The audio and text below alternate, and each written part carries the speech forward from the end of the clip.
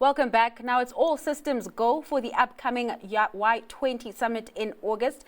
The pre-summit has taken place to set the stage for policy recommendations that will be presented by the 14 official G20 engagement groups today. Ironically, the Y20 is the oldest G20 engagement group. Denise Rapitsi, CEO of the Youth Chamber of Commerce and Industry, joins us to reflect on the agenda of the Y20 and the importance of the youth shaping the economic future of tomorrow. Denise, thanks so much for your time this afternoon. And perhaps let's just start off by contextualizing the importance of Y20 within the G20. Well, I think Africa, firstly, is the youngest continent that we have in the world.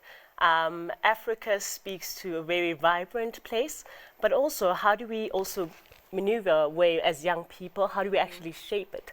This is G20 for South Africa, but we shouldn't forget that it's an African G20. And so our work and our word as young people really matters. We're seeing many young leaders around the continent shape their countries, if you could see what's happening in Burkina Faso. So our message is really strong to say that the youth voice matters, but also how do we push the voice around what youth policies need to be implemented, because we're not shaping the world for the previous generation. They might be speaking to people of their own old peers, but we're speaking to the young people. We're looking at digital innovation, we're looking at economic development, we're looking at Africa's cities. So we have various like thematical areas that we're working through. And all of those are to be inclusive, making sure that no one gets left behind.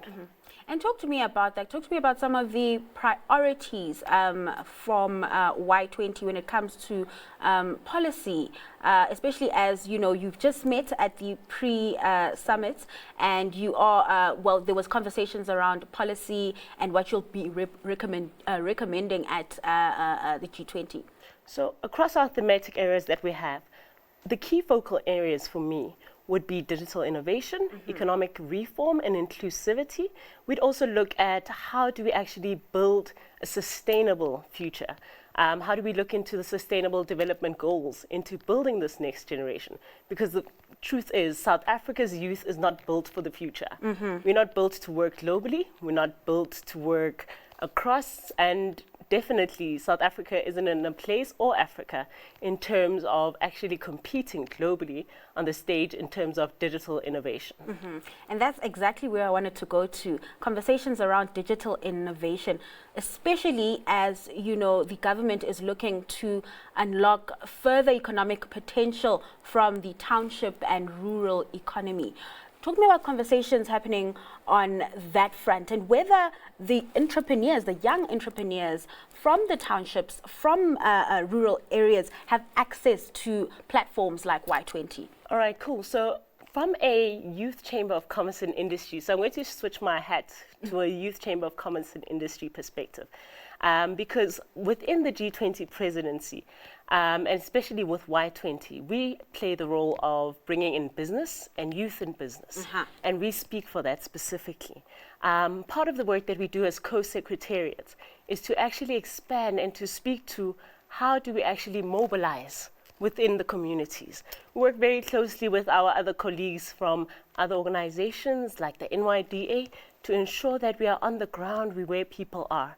But as the Youth Chamber of Commerce and Industry, we have actually worked with government to actually start launching incubation hubs, opportunity centers, which are, government already has all this infrastructure.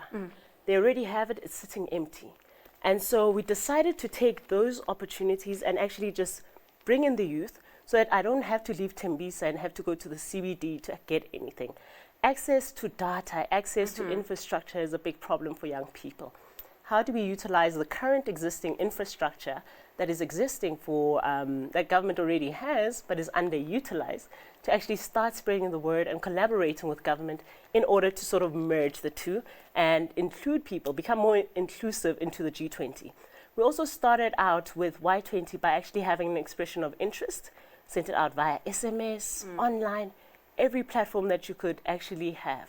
And we said to young people, if you want to get involved in these conversations for G20, please put it on. We extended the date like 3 times in order to ensure that everyone actually gets a chance to play.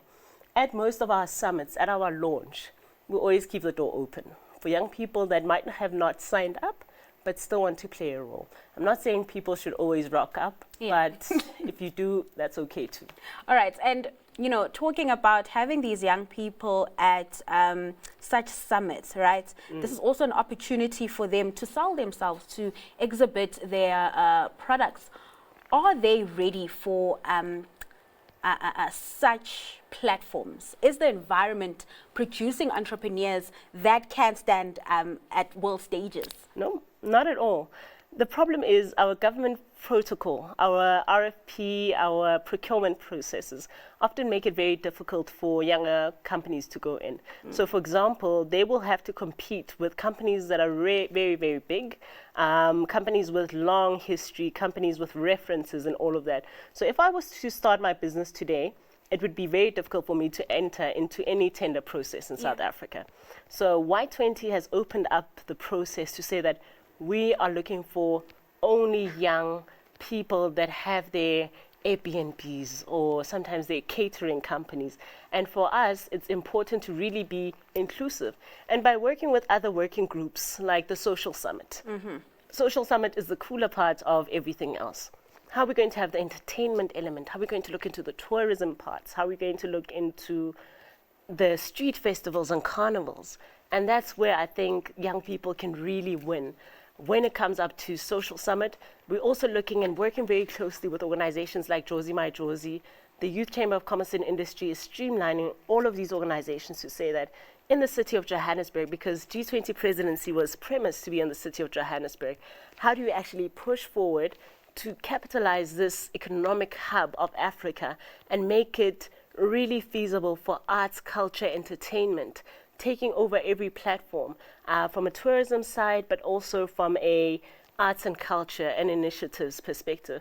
And so the Minister of Tourism was very kind to say that we want you guys to actually lead in having World Tourism Day, which will be in the city of Johannesburg. So it's going to be a very exciting time after August, moving on to November, where the actual G20 summit will be. All right. And are there plans to then equip entrepreneurs post the summit, right? Because here we are, we have access to, you know, world leaders, we have access to ministers, different stakeholders from across these nations. Are there plans to equip then these small businesses, these entrepreneurs that have this opportunity to continue their businesses, to create sustainable businesses? Sure. I think, again, the Youth Chamber of Commerce and Industry, this is not marketing, but it's the truth. We have actually been working very closely with the presidency, the mayor of Johannesburg, Mr. Dara Morero, and all of government, but also private sector, pulled in Anglo-America, and many corporates to say that the city of Johannesburg, not just the city of Johannesburg, many cities, Mogale City, I speak to every municipality in this country, actually doesn't have a thriving economy. So how do we keep those things going back? Because you won't get FNB or ABSA moving back into the CBD. But we have over 500 empty buildings there. And so we're working very hard, day and night, sleepless nights, on trying to get those buildings inhabited by specifically young entrepreneurs, young businesses, whether they have the knowledge or not. That's what the chamber is there for. That's what the CETAs are there for. That's what the funding is there for. We are saying that we're cutting out the gatekeepers in between for us to actually occupy and take ownership of our cities and actually be in there. That way you refocus off of urbanization and everyone moving back into this one part.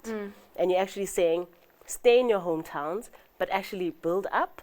And also working with the guys from the South African Local Government Association, SALGA, which has a municipality in each region. And we're saying that we needed satellite offices per municipality to actually help young entrepreneurs thrive.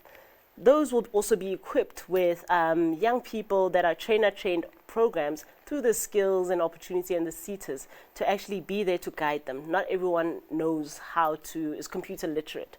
But if you have somebody there that can assist you, you should be fine.